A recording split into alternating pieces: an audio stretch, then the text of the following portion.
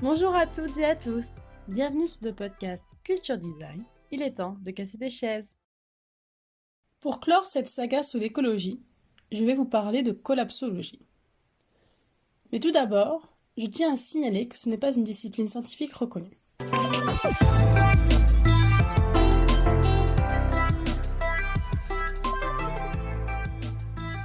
Alors, la collapsologie, qu'est-ce que c'est ? C'est l'étude de l'effondrement de la civilisation industrielle et de potentiellement ce qui se passera après. En toute sincérité, à l'heure actuelle, je n'ai pas vraiment d'avis sur la question. J'ai découvert ce terme en 2018 et c'est seulement depuis 2019 que je creuse le sujet et je trouvais ça intéressant de découvrir qu'est-ce que c'est, d'où ça vient et de vous le faire partager. Le terme collapsologie a été créé par Pablo Servigne, ingénieur agronome, docteur en sciences, auteur et conférencier, s'intéressant aux questions de transition écologique, d'agroécologie, de collapsologie et de résilience, et par Raphaël Stevens, expert en résilience des systèmes socio-écologiques. Mais ce n'est pas pour autant une notion récente comme on pourrait le croire. La collapsologie correspondrait à une prise de conscience inédite des limites des ressources disponibles sur la planète et du réchauffement climatique.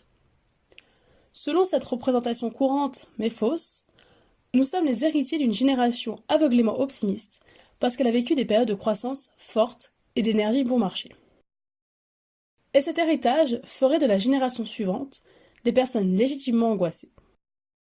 Angoissées par l'état dans lequel ses aînés lui laissent la planète en héritage. Pourtant, la pensée occidentale a toujours comporté un courant éco-pessimiste. L'effondrement est une vieille idée.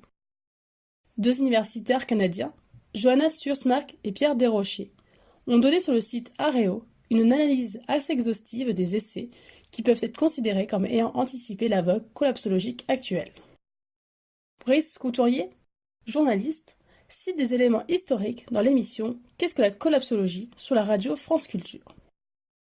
L'Antiquité partageait une conception cyclique de l'histoire, mais dès le XVIe siècle, de nombreux penseurs croyaient à une forme d'autorégulation tragique des sociétés humaines par les catastrophes. Par exemple, Machiavel estimait que lorsque la science et la méchanceté des hommes atteignent son plus haut point, le monde se purge ordinairement par des inondations, des épidémies et des famines. Et Giovanni Potero, l'un de ses grands rivaux, professait que la grandeur des villes s'arrête au niveau qui lui permet d'être conservé le plus commodément. Pour lui, le développement urbain devait buter nécessairement sur l'épuisement des ressources alimentaires fournies par les campagnes environnantes.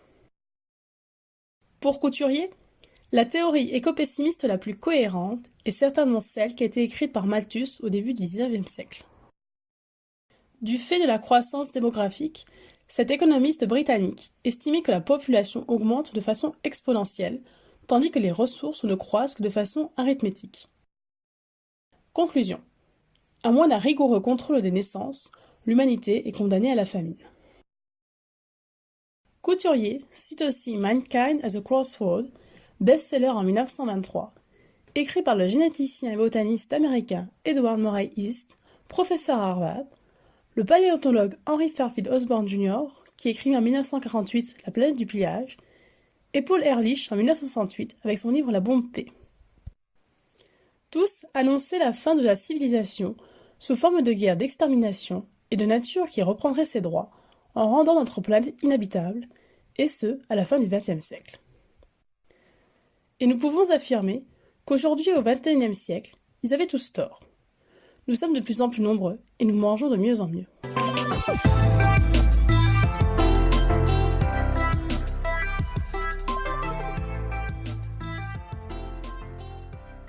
Mais que pensent les collapsologues d'aujourd'hui ? Nos systèmes socio-économico-techniques sont devenus tellement complexes que cette complexité les a rendus terriblement vulnérables aux crises et que ça va aller de mal en pis. Ils pensent aussi que l'humanité est déjà tellement avancée dans cet effondrement que nous ne pourrons pas nous échapper du sort qui nous attend. De cette manière, les collapsologues remettent en question certains de nos mythes fondateurs, comme le caractère indispensable de la croissance ou la bienfaisance des sciences et techniques. Les deux universitaires canadiens, Johanna Sursmark et Pierre Desrochers, ont développé 4 arguments dans leur ouvrage Population Bound Exploding, The Link Between Overpopulation and Climate Change, concernant l'éco-pessimisme. Petit 1. Dans un monde fini, l'expansion démographique et économique indéfinie de l'humanité est irréaliste. Petit 2. Toutes choses étant égales par ailleurs, seule une réduction de la population peut permettre d'améliorer les conditions de vie. Petit 3. Dans un monde aux ressources naturelles limitées, la croissance économique ne peut devenir que de plus en plus coûteuse en énergie et dommageable pour l'environnement. Petit 4. Les risques présentent les technologies susceptibles d'accroître l'intensité de la production sont tels qu'il est préférable de vivre à l'intérieur de limites. En d'autres termes, ils indiquent qu'il faut renoncer à la croissance telle qu'on la connaît actuellement. Mais toujours selon ces deux chercheurs canadiens, deux arguments éco-optimistes s'opposent aux éco-pessimistes. Petit 1. Plus un groupe humain concentre de cerveau, plus il est susceptible de bénéficier de cette intelligence collective pour trouver des solutions à ses problèmes. Plus on est nombreux, plus on est inventif. Petit 2. Le progrès technique est cumulatif. Toute civilisation construit son savoir de manière progressive. Elle acquiert les moyens de régler les problèmes qu'elle rencontre au fur et à mesure qu'ils se présentent. Car, comme l'écrit Steven Pinker, le plus optimiste des éco-optimistes, le progrès ne peut pas toujours être uniforme et les solutions aux problèmes créent de nouveaux problèmes. Il préconise ainsi qu'il faut oser critiquer les méthodes du moment afin d'en imaginer d'autres, plus efficaces, plus productives et surtout se doter des moyens de mesurer les problèmes et le degré d'efficacité des solutions apportées.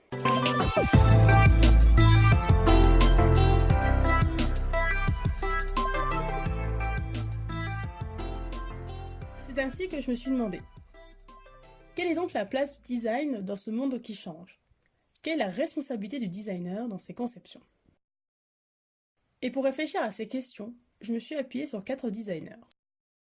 Tout d'abord, Mike Monteiro, designer américain interactif, cofondateur et directeur de l'agence Mule Design. Dans son article Design's Lost Generation, il explique les raisons des différents échecs des designers à faire la chose juste. Pour la première raison, il cite notamment ces phrases. « Je veux faire ce qu'il faut, mais je crains de perdre mon emploi. Ça doit être agréable de se permettre de prendre position. J'ai un loyer à payer. Si vous dites aux gens comment travailler, vous êtes fasciste. » Il explique qu'il a de nombreuses fois entendu des variations de ces phrases, sous forme d'excuses ou par l'expression de la colère. Mais surtout, il note que ces designers se sentent fatigués et battus. Monteiro déclare ensuite que la peur de perdre un emploi est une prophétie autoréalisatrice, et surtout que la peur rend moins probable notre volonté à nous remettre en question et contester les choses dont on aurait besoin pour se remettre en question et contester. De ce fait, ce qu'il appelle la génération perdue des designers sont des personnes qui sont retrouvées debout devant une porte et plutôt que de se considérer comme des gardiens, ils ont décidé qu'ils étaient des grooms. La seconde raison à l'échec de cette génération de designers est le manquement d'une administration garante du bien fondé et de l'intégrité des designers, comme pourrait le faire, pour moi à tort, la NRA, la National Rifle Association, association américaine qui promeut la possession d'armes à domicile notamment. Avoir le soutien et le pouvoir d'une organisation professionnelle derrière soi, ça aide énormément à défendre la solidité de son travail. Enfin, la troisième raison concerne l'histoire du design.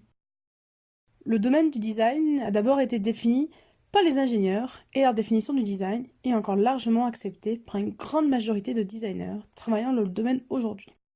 Et c'est le problème, nous laissons d'autres personnes définir notre travail.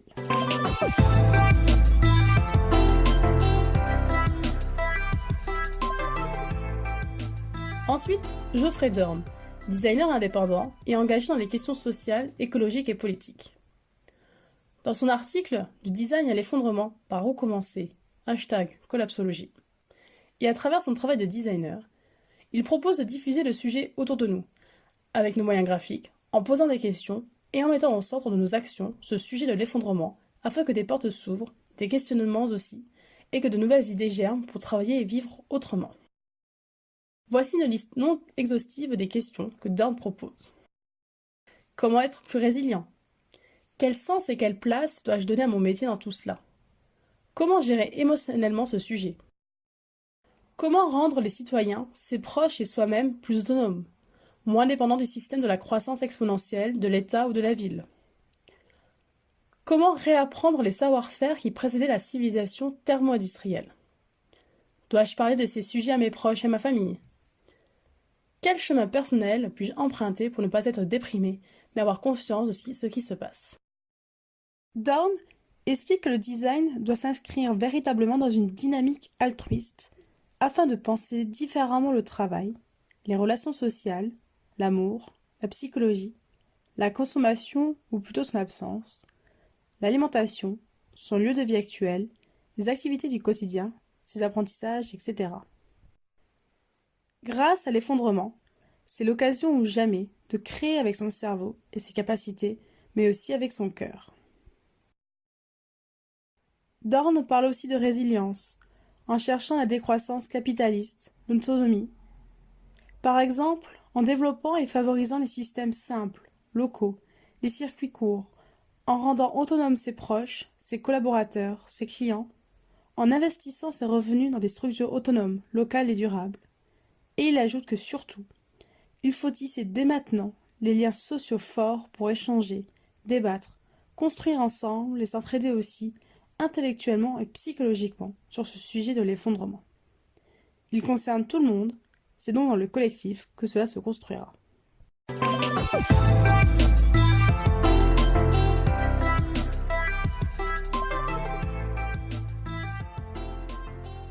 Ensuite, je me suis appuyée sur les réflexions de Marie-Cécile Paccard, designer systémique, facilitatrice, oratrice, mentor, moteur d'écosystème et écoféministe intersectionnelle.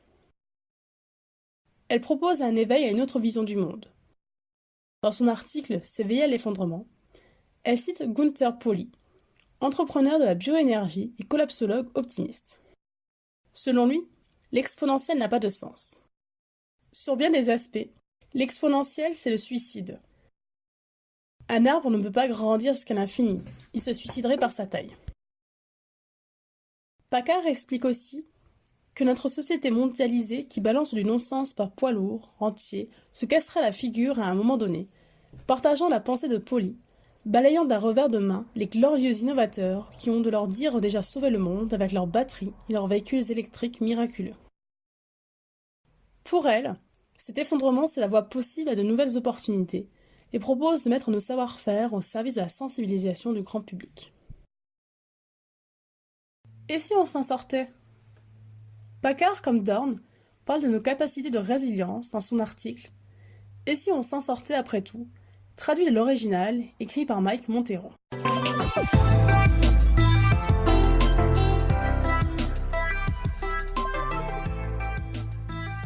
Et enfin, Laurent Galen, senior UX UI designer, UX mobile designer, formateur et designer d'interface.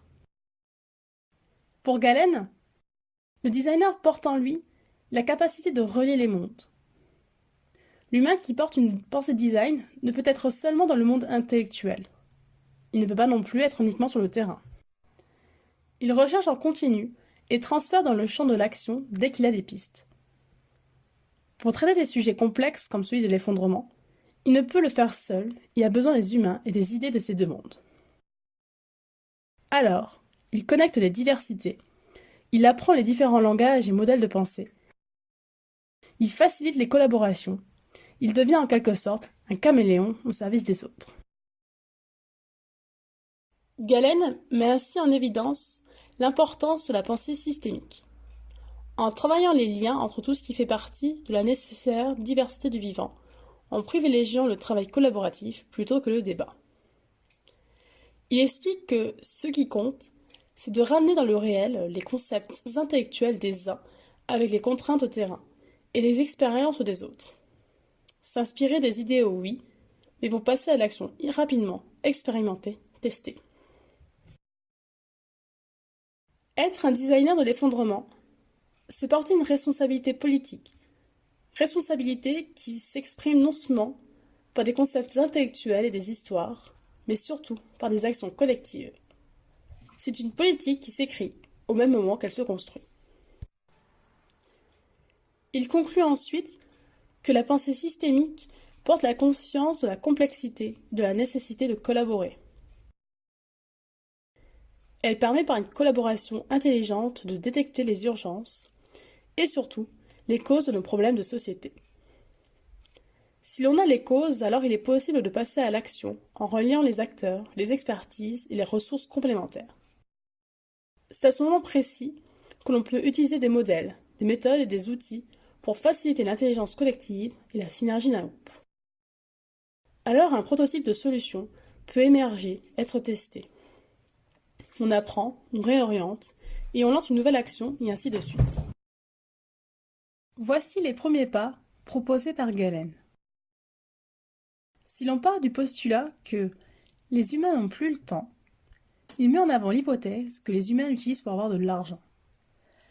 Ainsi, une compréhension plus large de l'économie, de la finance ainsi qu'un profond redesign de nos systèmes économiques semble être la priorité actuelle. Sans une nouvelle logique économique et financière, nous sommes pris au piège de nos vieux concepts et nous n'aurons toujours du temps que pour gagner de l'argent. Si l'on part du deuxième postulat que les humains doivent réapprendre à collaborer, Galen préconise de faciliter les collaborations ainsi que les interrelations et que redesigner nos écosystèmes et leurs comportements les uns par rapport aux autres est primordial pour retrouver la prospérité. Basculer de fermé à ouvert, concurrence à collaboration, peur à confiance. Et le dernier postulat. Les humains sont passifs dans leur confort et notre société prône le moins d'efforts pour s'occuper de tout. Uber, Deliveroo, ménage à domicile, etc. Galen explique qu'étymologiquement, effort signifie action énergique, c'est-à-dire le fait d'utiliser son énergie pour quelque chose qui importe. Est-ce que cet effort est à éviter s'il vient de nous, s'il vient de nos tripes ? Est-ce qu'on souhaite vraiment que d'autres s'occupent de tout à notre place ? Galen pense que faciliter la dynamique personnelle et de groupe rejoint les priorités précédentes en repensant l'activité, le projet, le quotidien, le divertissement, le jeu, l'administration.